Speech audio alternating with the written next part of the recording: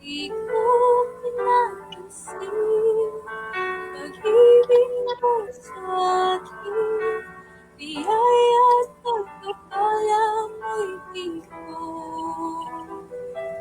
inangkin. Buhay sa kasalanan ang puso ko, ibig ko'y hindi niyaan sa'yo. Mahina sa puso ang pagkatawag ko, nananalig ko sa'yo'y hindi siniseryoso. Ngunit ngayon napag na ang pagkatao ko, mula makilala ka, Jesus. Pananalig ko'y tumibay, buong tiwala ay binigay sa'yo lamang, Jesus. Pananalig ko.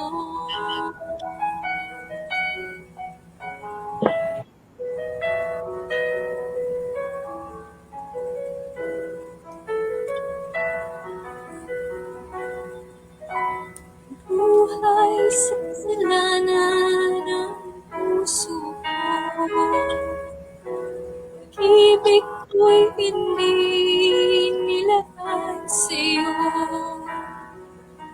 Mahina sa puso ang pagkatao ko, pananalig ko sa'yo'y hindi siniseryoso. Ngunit ngayon nagbago na ang pagkatao ko, mula nung makilala ka, Jesus. Pananalig ko'y tumibay, buong tiwala ay binigay sa'yo lamang, Jesus. Pananalig ko.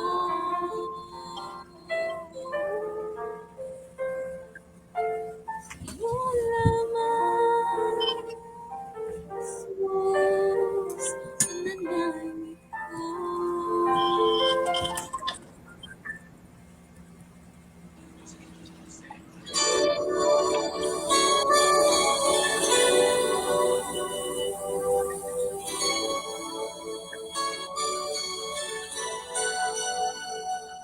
I'm so blessed, my Lord, I can see you in all the lovely things so fine and true. I see you in the beauty of the flowers and the rain. I see you between the lines of a sweet refrain. I'm so blessed, my Lord, I can see you. Even when I'm lonely and in pain, I see you in the beauty of the stars at night. I see you in my life, I feel alright.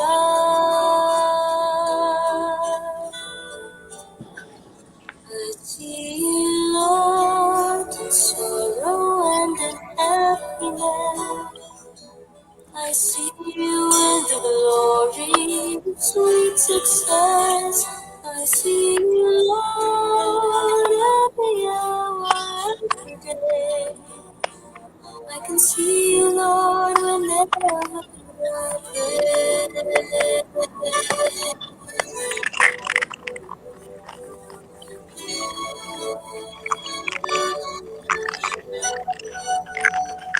I'm so blessed, my Lord, I can see you. love of a baby, beautiful. I can see you in the eyes of my very best friend. I see you in these bones, like a love will never end. I see you all and happiness. I see you with glory, sweet success. See you, Lord, every hour of the day.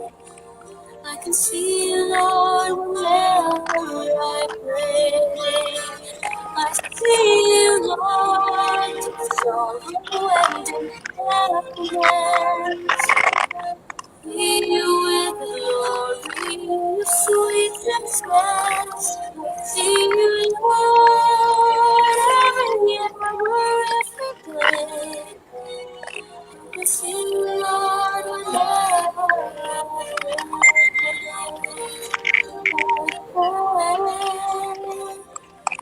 I can see you, Lord, oh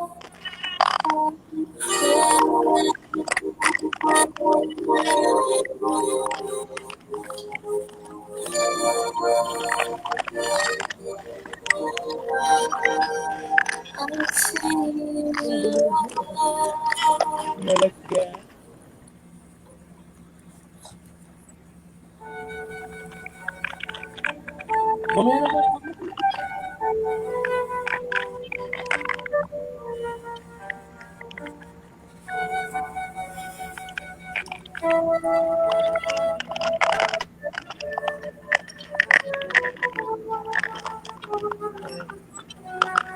Tunay nga na nakikita natin ang Diyos sa bawat araw ng ating buhay.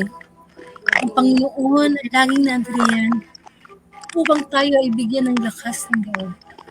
Sama-sama po tayong magnilay sa gabing ito ng mabuting balita. Sa ngalan ng Ama at ng Anak ng Espiritu Santo. Amen. Purin ka mang Diyos na makapangyarihan sa lahat. Marami pong salamat muli.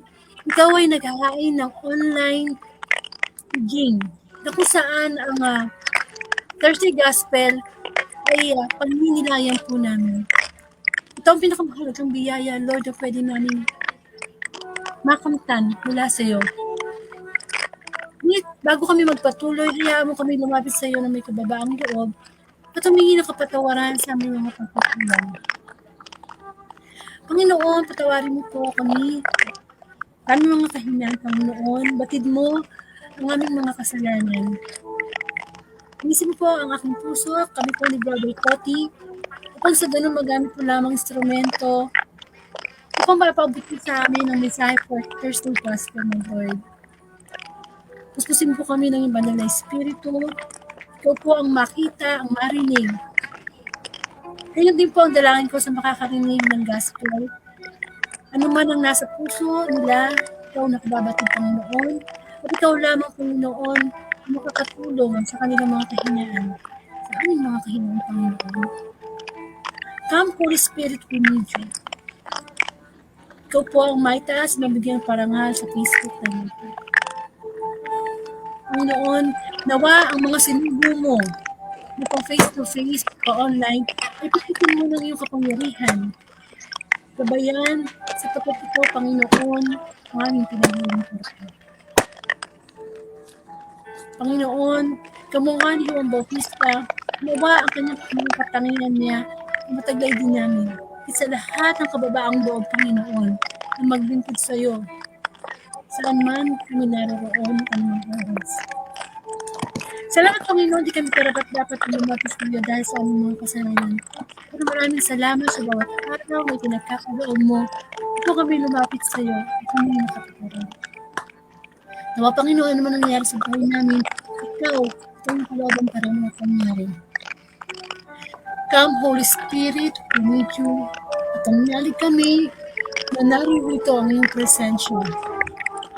Nawa, Panginoon, ang mensahe mo sa mabuting balita ay patuloy na humipo sa aming buhay. Nawa ikaw maging kagalakan namin sa anong oras.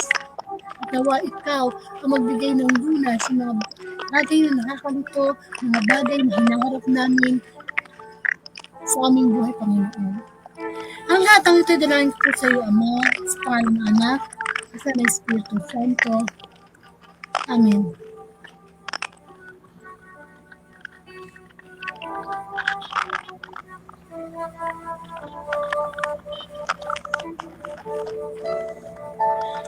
Bigyan po natin ng parangal ang mabuting balita. Hallelujah, hallelujah, purihin ang Diyos na makapangyarihan sa lahat.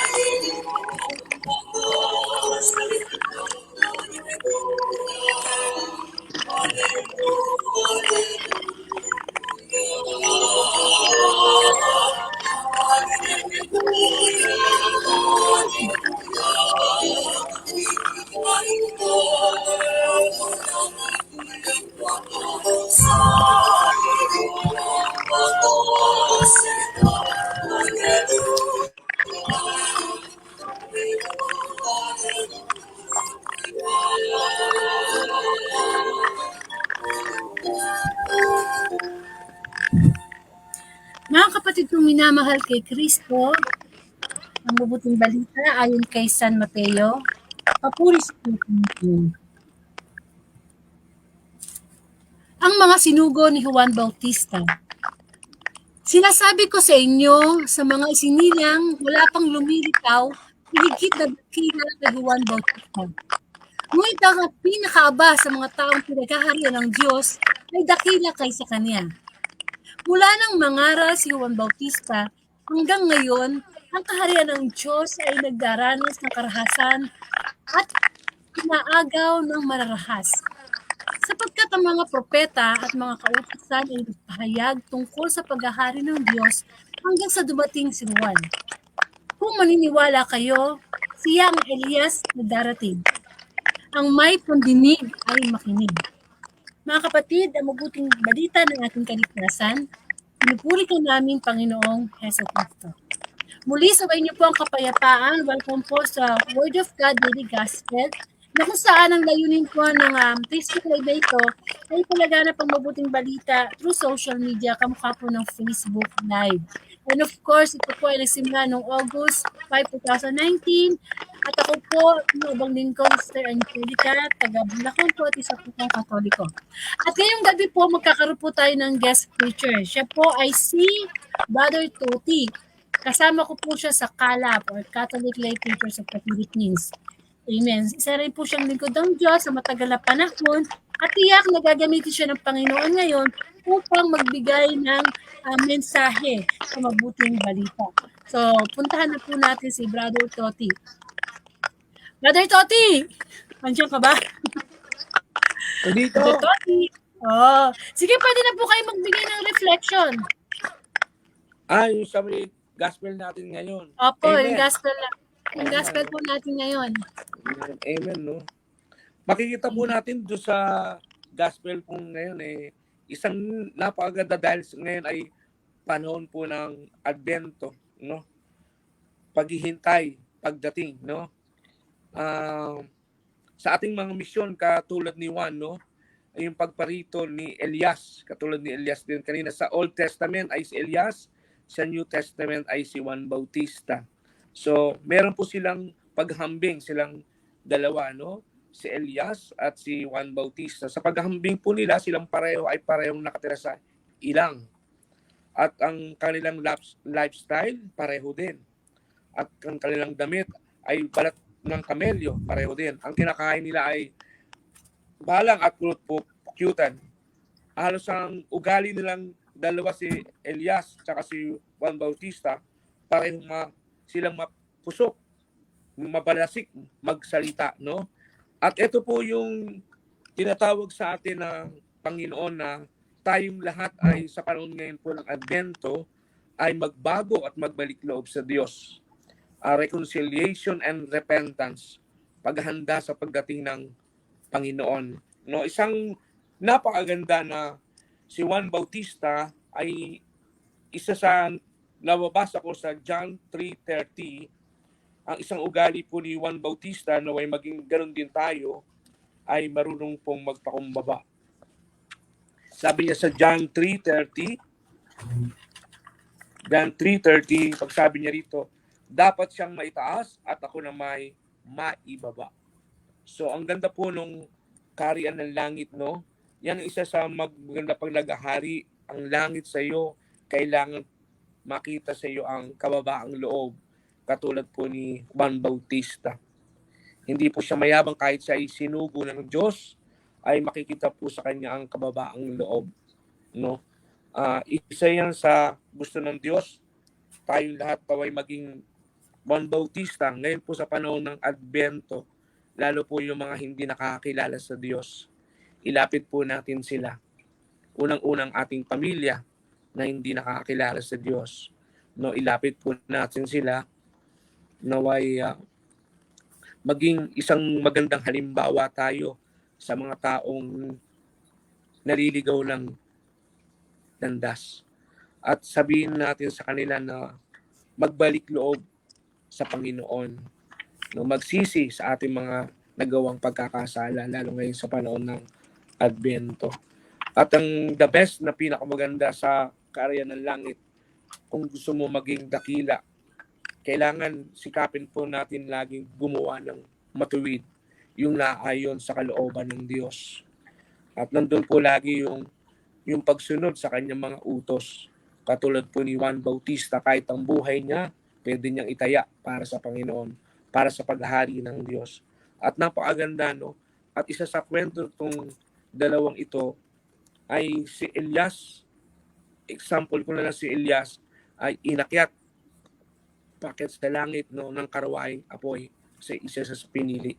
Siya po ang propeta sa Old Testament at si Juan Bautista sa New Testament.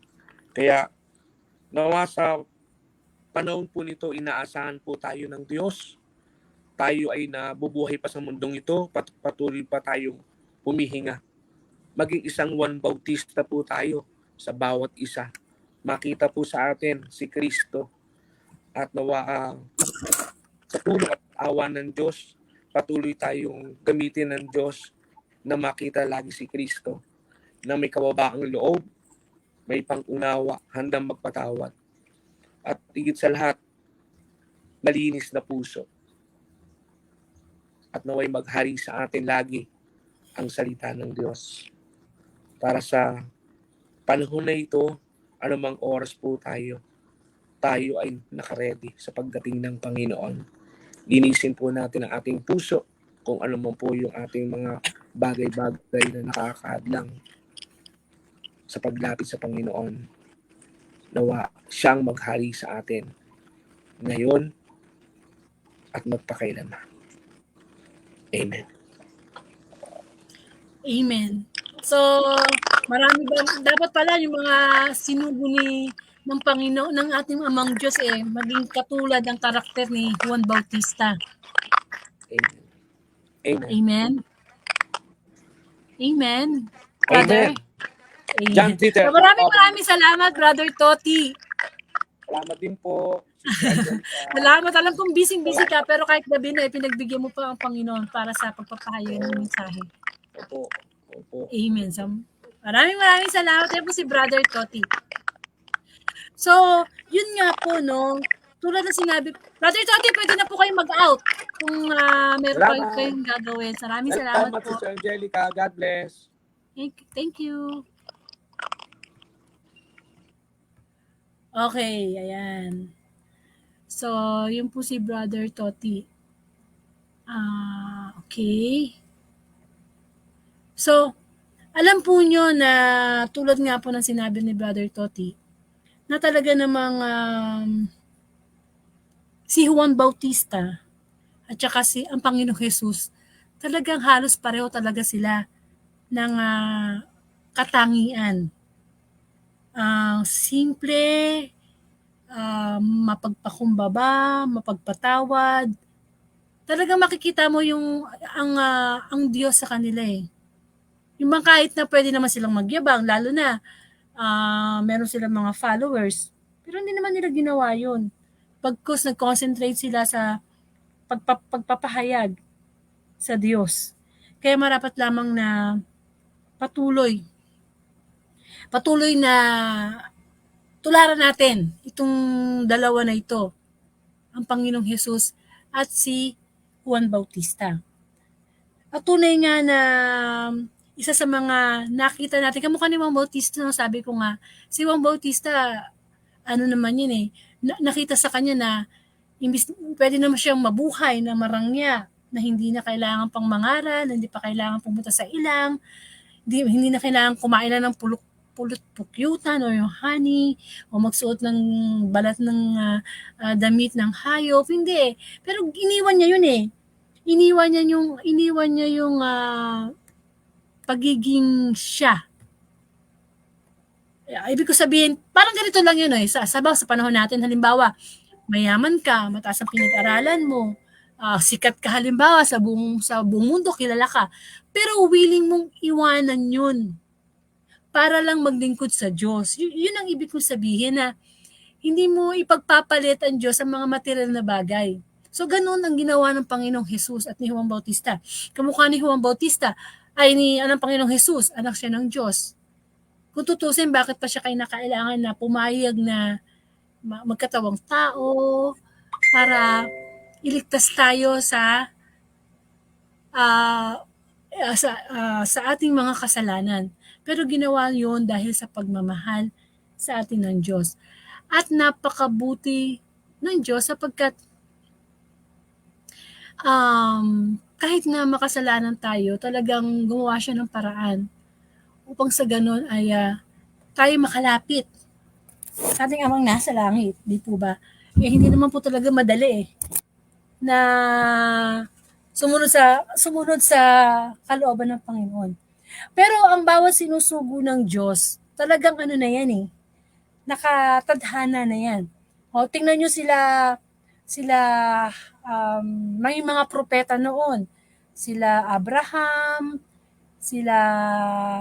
ang dami, no? Ang daming pinadala. Mga hari, si Haring Solomon, sila Isaac, sila Jacob, si Noah. Yung mga ibang sinugo ng Diyos, yan iba dyan, ayaw kumbaga, may mga kapintasan din yan. Hindi naman kasi pumipili ang Diyos ng susuguin niya na perpekto Usually, ang mga pinipili niya, yung mga sobrang sama Kamukha ni San Pablo na talagang inuusig ang pananampalataya ng mga Kristiyano noon, pero nung makilala niya, talagang tanggapin niya ang Panginoong Hesukristo, talagang tinalikuran niya yung kanyang maling gawi. At talagang naglingkod siya ng buong puso sa Panginoon. So, kapag sinugo ka ng Diyos, kapag pinili ka ng Diyos, wala kang magagawa. Hindi ba? Talagang pipiliin ka. Talagang meron siyang meron na talagang nakatadhana doon Kasi may mga gawain yun na hindi mo pwede sabihin na, ay, hindi po ako ganito, ayoko po, ganun. Kamukha ni Moises, sinasabi niya sa Diyos Ama noon na, bakit ako? Utal-utal ako magsalita. Tapos siya yung gagamitin magpahayag ng kabutihan ng Diyos, sa kapangyarihan ng Diyos. Anong sabi niya? Hindi, huwag ka mag-alala. Tutulungan kita, di ba? Ginamit ka yung kanyang kapatid na maging tagapagsalita. So, yun nga, pagka pinili ka na Diyos, ipiprepare naman ng Diyos yung mga bagay na kailangan mo. Ang kailangan lang talaga, willingness. Parang nasa ganun, matupad yung kalooban ng Diyos na iniatang sa atin. Of course, hindi naman lahat pinipili, no? Meron talagang pinipili na para mangaral ng salita ng Diyos. Yun nga yung tinatawag na gift of preaching. Meron naman na tinatawag para sa gawain na tumulong sa kapwa, Meron naman tinatawag o sinusugo para ipakita yung kapangyarihan ng Diyos sa pamamagitan ng pagtulong sa kapwa. Halimbawa, kung may kakayanan kang magbigay, o ayun, sinusugo ka ng Diyos para magbigay sa iyong kapwa. Kumbaga lahat naman tayo may gampanin eh. Lahat naman tayo sinusugo ng Diyos eh.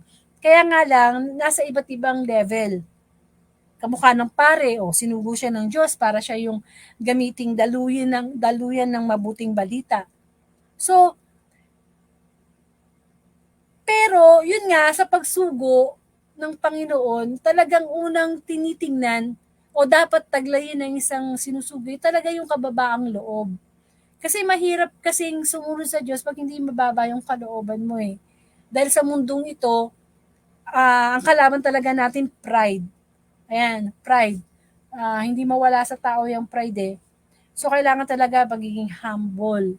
At syempre, sabi nga wala pang tao, sabi doon sa balita, no, wala pang tao na makahigit pa kay Juan Bautista. Pero yung pinakaaba o yung sinasabi nga dito sa gospel na may sabi dito sandali ayun, ang sabi dito, ngunit ang pinakaaba sa mga taong pinaghaharian ng Diyos ay dakila kaysa sa Kanya. Alam mo yung mga tao na wala nang inaasahan kundi ang Diyos, yung bang naghihirap na sila sa buhay, minsan wala na silang makain, tapos may sakit pa sila, tapos marami pang nangyayari sa pamilya nila, pero hindi sila nawawala ng pag-asa. Patuloy pa rin silang lumalapit sa Panginoon. Ayun, mapalad yun, no? Kung babalikan natin yung sermon sa bundok, hindi ba binanggit doon yung mga mapalad ang mga aba, na wala nang inaasahan kundi ang Diyos, mapalad yung ganito. Amen. Mapalad yung mga mapagpakumbaba. Tinitingnan ng Panginoon yun, hindi sa estado ng buhay natin. Hindi sa estado ng taas ng pinag-aralan mo, hindi sa estado ng profession mo sa buhay. Hindi ganun eh. Ang tinitingnan ng Panginoon, yung ating puso, kung gaano siya kababa.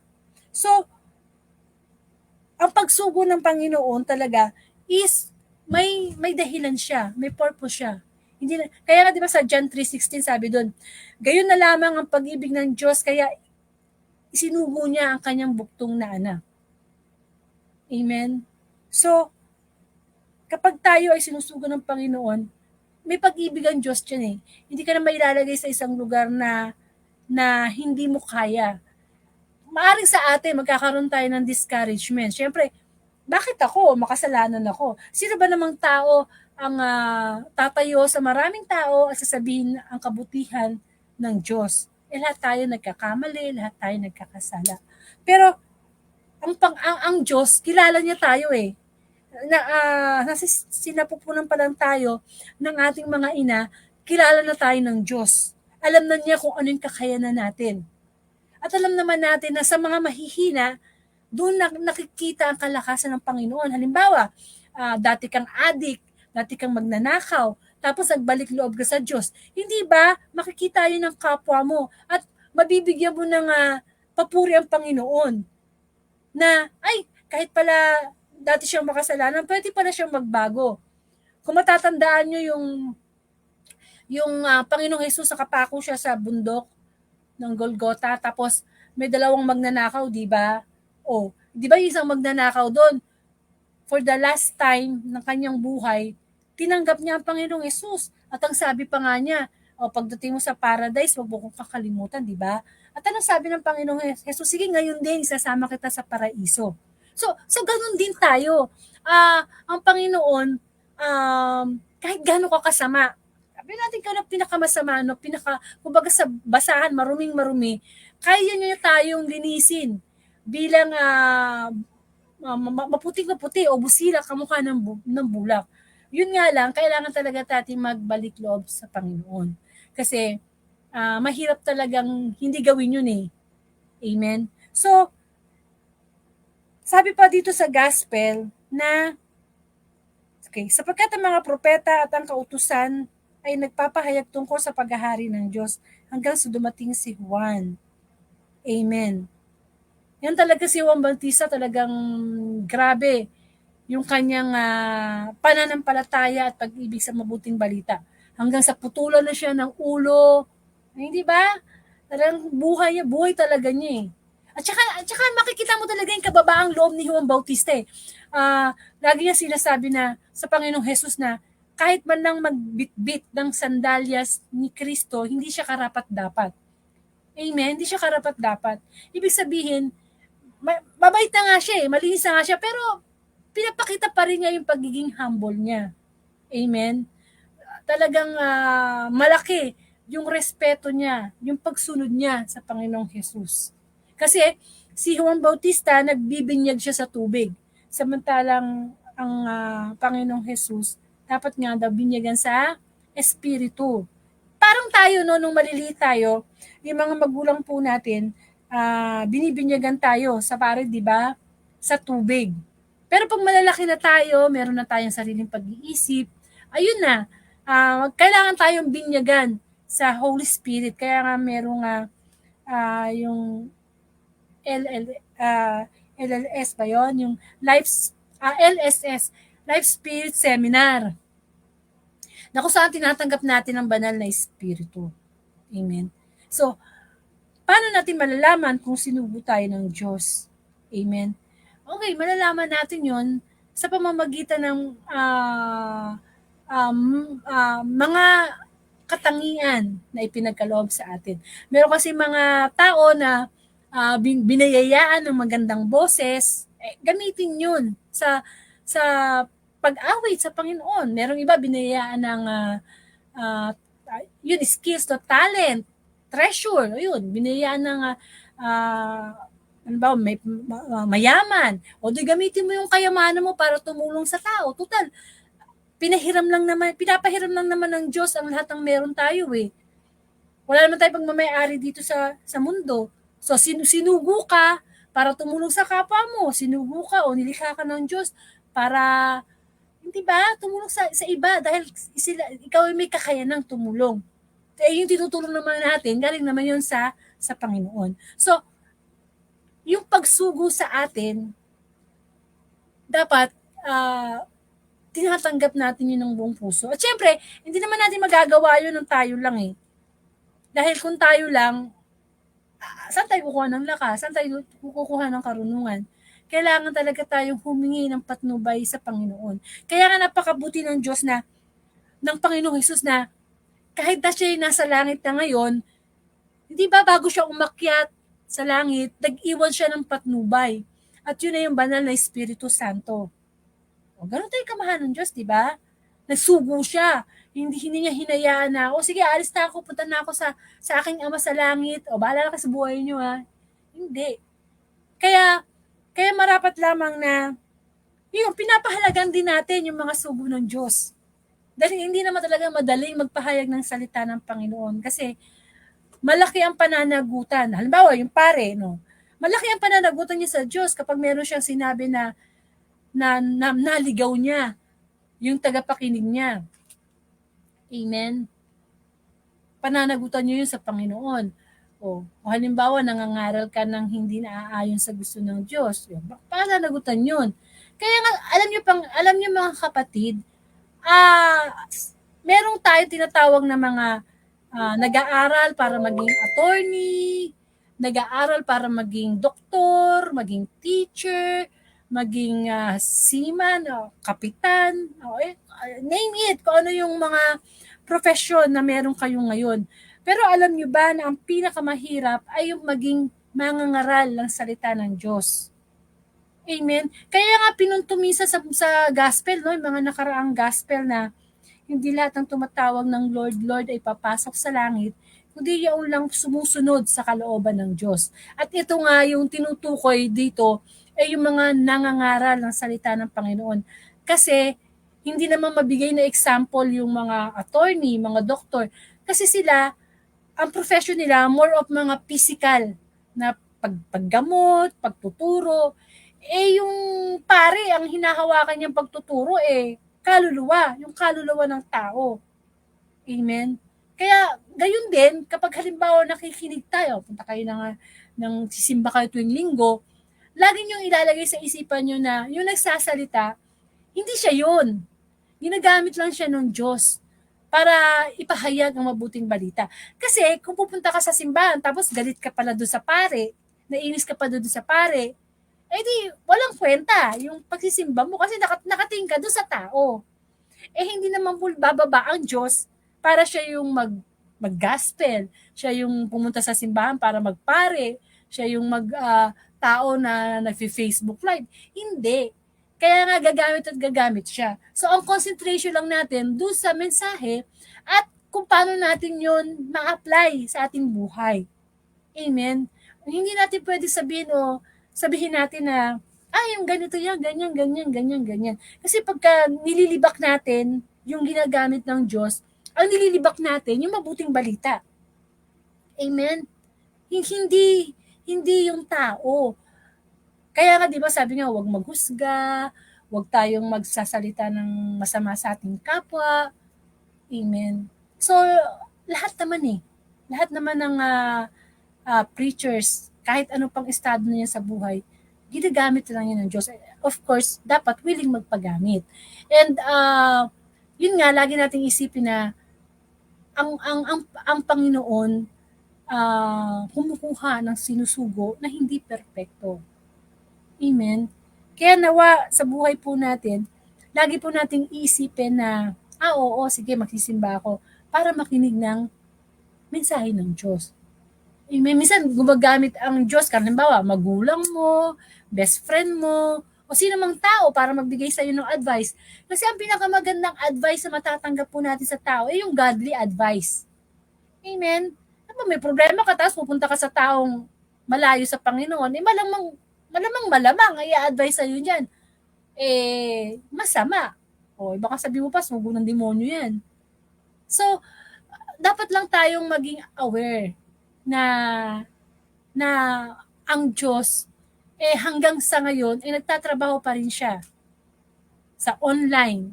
Yun na nga pinakamadaling pagpapahayag ng mabuting balita At saka pag-share ng gospel through online. Kasi yun ang pasok ngayon na kahit saan ka, kahit anong ginagawa mo, pwede kang mag-replay, pwede kang makinig. Amen.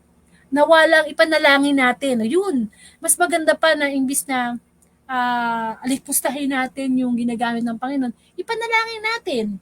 Amen? Kasi hindi mo naman magagawa yung ginagawa nila Amen? Yung tumayo ka sa maraming tao at ipagmalaki mo ang Diyos. Maraming manlilibak talaga yan. Sinabi naman talaga yan sa mabuting balita na kapag lumapit ka sa Diyos, maraming manlilibak sa'yo, maraming lalayo sa'yo. Amen? Kasi magkaiba ang mundo spiritual at mundo dito sa ginagalawan natin. Amen. So dapat lang talaga na lagi nating isipin na magkaroon tayo ng respeto, magkaroon tayo ng yung bang paniniwala sa mabuting balita. Kasi nasa din naman natin yan Nasa paniniwala din naman natin yan Kahit ano naman sabihin ng isang mangangaral, kung ayaw mong maniwala, walang magagawa yung preacher na yon. Amen? Wala kang magagawa. Wala siyang magagawa.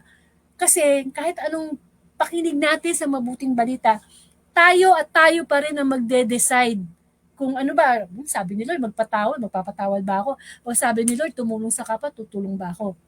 Amen. Basta ang mahalaga, natututo tayo makinig. Kasi yung pakikinig, doon po nagsisimula yung pananampalataya. At syempre, kung walang magsasalita, sino ba pakinggan? Amen? So, marapat lamang na natututo tayo sa ating kapwa. Lalo na kung itong kapwa natin lumalapit naman sa Diyos, sa tulong din ng Diyos. Amen? And of course, lagi nating iisipin na kahit hindi rin tao kung minsan pangyayari. Minsan nagsusugo ang Diyos ng pangyayari sa buhay natin para ma-feel natin na nandun yung presensya ng Diyos. Ano ba, may problema ka ngayon, may pagsubok ka ngayon. Sinusugo yan ng Diyos. Minsan sumusugo siya ng mga tao sa buhay mo, ng mga pangyayari, para para tayo ay baguhin ng Panginoon. Kaya hindi lang talaga tao lang sinusugo ng Panginoon. Kung ano man yung problema mo ngayon, sugo yan ng Diyos. Bakit? Hindi para pahirapan ka, kundi para mas i-improve yung faith mo sa Kanya. Kasi yung faith natin, sabi nga sa Bible, dinadalisay, parang apoy, parang ginto na dinadalisay, no, sa apoy para malaman kung tunay na hindi fake. So, once na nagkakaroon tayo ng iba't ibang pagsubok, ano yan, dinadalisay lang tayo. Pinapatatag lang tayo. Amen. Kaya dapat yung bawat sinusugo sa atin na problema, sinusugo sa atin ng mga bagay na minsan di natin gusto nangyayari, tanggapin lang natin ng buong puso at lumapit tayo sa Panginoon na, Lord, sinugo mo itong problema na to, sinugo mo itong tao na to. Lord, bigyan mo po ako ng lakas para masunod ko anong kalooban mo. Kasi may mga bagay na nangyayari sa buhay natin na we cannot explain. Kasi limited lang yung ating isipan. Tanging ang Diyos lang ang makakasagot. Amen. Tanging ang Diyos lang ang makakasagot. So, kailangan humingi tayo na magsugo siya ng mensahe sa atin para maunawaan natin ang kanyang kalooban. Amen. So, yun po. So, magkaroon po tayo ng closing prayer. Ama sa langit, muli marami pong salamat sa pagpapaalala mo na ikaw ay isang Diyos na mabuti, na sa labis mong pagmamahal, isinugo mo kahit ang iyong bugtong na anak upang kami po ay iyong iligtas sa aming mga kasalanan. Maraming salamat sa Panginoon na sa araw-araw na ginawa mo po, sumusugo ka ng mga bagay, pangyayari, tao na magliligtas po sa amin. Nawa, Panginoon, turuan mo kaming tanggapin ang bawat sugo sa aming buhay. Nawa, bigyan mo kami ng malakas na pakiramdam upang malaman namin kung ang mga bagay na isinusugo sa amin ay makakabuti o hindi.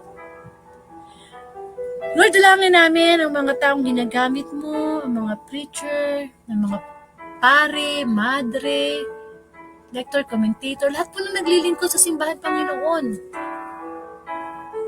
Isinugo mo po kami sa panahon na gusto mo, sa pagkakataon, Panginoon. Tumingi po kami ng iyong paggabay. Wala naman po kami magagawa kung wala po kayo. Panginoon, tulungan niyo po kami upang sa ganun patuloy namin kayong paglingkuran sa kabila ng mga pagsubok din po na pinagdadaanan po namin. Dinadalangin ko din po, Panginoon, ang bawat pamilya. Isugo mo si Kristo upang maging sentro ng kanilang buhay. Pamilya, Panginoon. Dinadalangin ko din po ang mga nilalaman ng ating puso, Panginoon.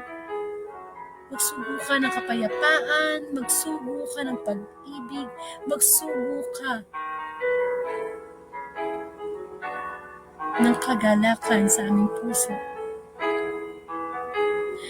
Ama namin, sumasalangit ka, sambahin ang ngalan mo, at sa amin ang kaharian mo. Sundin ang loob mo dito sa lupa para nasa langit.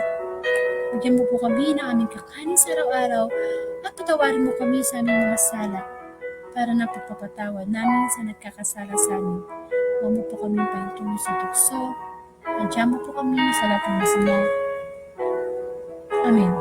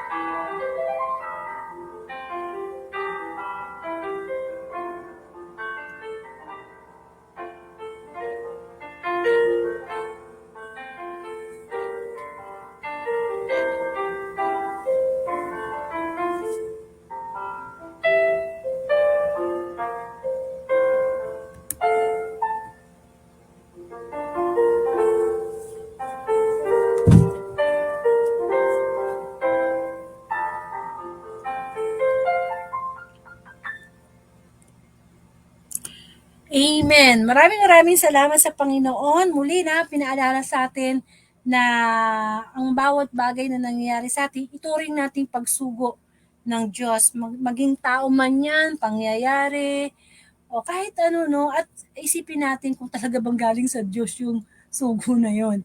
Amen. And of course, inanayahan ko po kayo na manood ng Word of God, Daily Gospel, every day.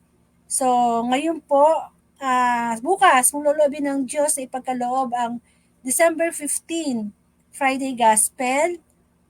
Yan po, nawa, alas 6 po ng gabi. Sama-sama tayong magnilay ng salita ng Panginoon. Of course, din, ang mga, ulitin ko lang yung mga iba pang guest preacher po ng Word of God. Sa December 19 po, Tuesday, si Brother Francis. Sa December 22, si Brother George Minjoro. Sa December 26, Tuesday Gospel, si Brother Bong Mangabat. Sa December 27, Wednesday, si Sister Angelica Guevara. Ayan, taga-Canada po yan. Tapos, si Sister Angelica Guevara, alas 2 siya ng hapon. Kasi magkaiba ang oras natin sa oras nila sa ibang bansa. At siya sa December 29, Friday Gospel, si Brother Jerry na dati. Si Brother Jerry na dati naman, ayan yung lingkod ng Diyos na nagka-cast out ng mga demonyo. Masarap kakwentuhan si Brother Jerry. Pagdating sa mga demonyo. Minsan tinatanong ko niya, Brother, di ka ba natatakot? Nakikita mo yung mga nasasapian ng demonyo na gumagapang daw sa kisame na nanglilisik ang mata. Totoo pala yun, no? Yung mga na-exorcist, no? Yan, sa December 29, yan si Brother Jerry na dati. Kung gusto niyo siyang mapanood ng live na magbigay ng kanyang pagdinilay sa gospel. Amen. Ayun. So far, yun pa lang. Meron pang iba na sumagot si Brother Relax. Yan. Of course, yun. I-update ko na lang kasi meron pang ibang di sumasagot po Ayun po. Tapos, punta po kayo sa aking YouTube channel, Angelica Dorde. Pwede po kayo manood doon ng mga gospel mula noong 2019 hanggang sa ngayon. And pa-subscribe na lang po para kung loloobin ng Diyos, makapag-live po tayo sa YouTube. And of course, kung meron po kayong mga tawag dito, prayer request, Thanksgiving, pwede nyo po akong i-PM para isama ko po kayo sa closing prayer. Pwede ko rin po kayong i-add o meron kayong gustong ipa-add sa group chat ng Word of God, pwede din po para ma-update po kayo sa mga gawain. And of course, paminsan-minsan, pag meron po talaga tayong lulobin ng Diyos ang time, hindi lang naman po daily gospel ang Facebook live ko. Minsan nagkakaroon po ako ng certain topic, halimbawa sa peace of mind, sa forgiving, sa forgiveness, sa love of God. Minsan-minsan lang naman po yun, nagpe-prepare din po ako. And of course, yun po, sana magkaroon po tayo ng desire na bago matapos ang bawat araw, matamnan ng Diyos yung ating puso ng mabuting balita. Dahil napakarami na pong bad news sa mundo na lumalaganap. So, kinakailangan lamang po na makarinig mo naman tayo ng mabuting balita. And wag niyo po natin kalimutan na magdasal bago magtulog, humingi ng kapatawaran sa Diyos. Kasi pag natulog na po tayo, hindi na natin hawak ang ating free will. Si Lord na magde-decide kung, Sister Yana, gigisingin pa ba kita bukas? Hi, Sister Yana. Mr. Ceci, gigisingin pa ba kita? Pag hindi na tayo ginising, paano kung di tayo nakahingi ng tawad? Kaya pag nagising naman tayo sa panibagong umaga, magpasalamat naman tayo sa Diyos na, Lord, thank you binibigyan mo pa ako ng pagkakataong magbalik Lord sa iyo. Yun po yun. So, muli, sana lagi po tayo magkaroon ng desire sa mabuting balita. Ito'y para naman po talaga sa atin Amen. Nire-remind lang tayo ng Diyos kasi araw-araw naman tayo nagkakasala. Di dapat araw-araw tayo nakakarinig ng mabuting balita. Kasi pag di na tayo nakakarinig, wala na. Puro balita na sa mundo yung ating mapapakinggan. At alam naman natin na ang naghahari ngayon alam mo yun, si Satanas. Amen. Okay? So, sana po sa panahon ngayon na iba na iba na po ang takbo ng mundong ito. Nawa lagi po nating maisip na ang Diyos lagi nandyan. Tayo lang talaga yung lumilimot sa Kanya. Lagi tayo nakakalimot sa Panginoon natin. At wag nating kakalimutan na lahat ng ginawa natin na dito sa araw na ito, mabuti ng masama, yun nga, batid ng Panginoon at wala tayong maililihim sa Kanya. And yun lang. Ang sikreto lang naman talaga ng buhay Kasi problema, lahat naman tayo meron yan Pero palagay ko, ang pinakasikreto yung pagpapasalamat. Na halimbawa, nag-disappoint ka ba ngayong araw na ito, nagkaroon ka ng problema, nagkaroon ng sakit, or mga unexpected na, alam mo yon mga pangyayari, nangyayari naman talaga sa buhay natin yan, lagi nating isipin na magpasalamat sa Diyos. Kaysa magreklamo, no? Parang Israelita, no? Inalis na sa pagkaalipin sa Ehipto, pero reklamo pa rin nagreklamo. Ba't ka pa magre-reklamo? Magbilang ka na lang ng blessing. Di ba? Magbilang ka ng blessing. Para sa ganun naisip mo na ang Diyos ay lagi mabuti. So, pakinggan po natin tong last na song para po sa ating lahat. Amen.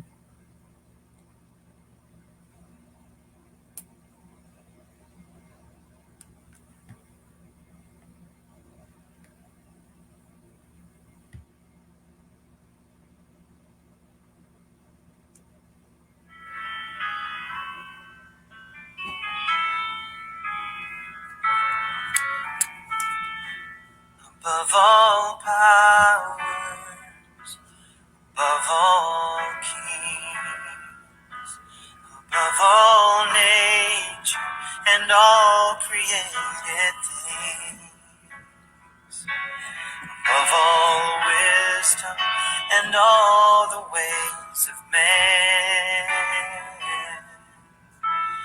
you were here before the world began. Above all kingdoms, above all thrones, above all wonders the world has ever known, above all wealth and treasures of the earth, there's no way to measure what you're worth.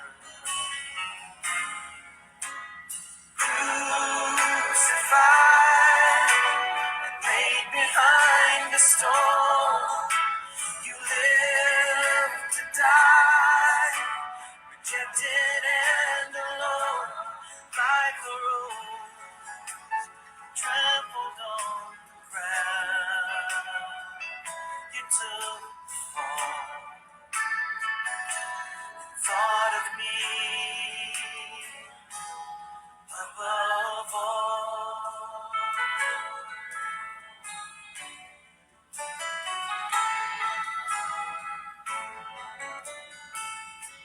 Above all powers, above all kings, above all nature and all created things, above all wisdom and all the ways of man, you were here before the world began. Above all kingdoms, above all thrones, above all wonders the world has ever known, above all wealth and treasures of the earth, there's no way to measure what you're worth. Crucified, laid behind the stone, you lived to die, rejected and alone, like a rose trampled on the ground.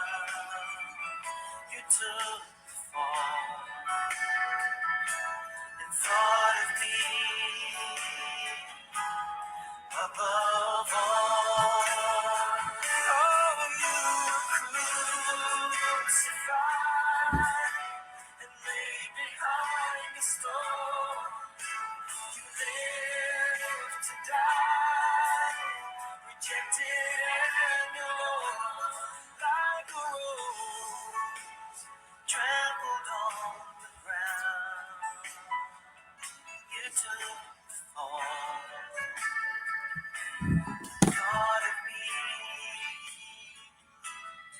above all, like a rose trampled on the ground.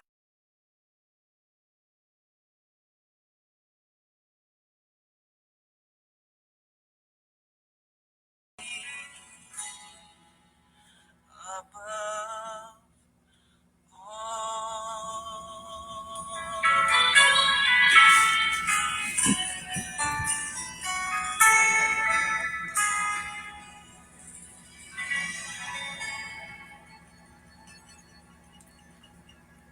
Maraming maraming salamat and to God be the glory.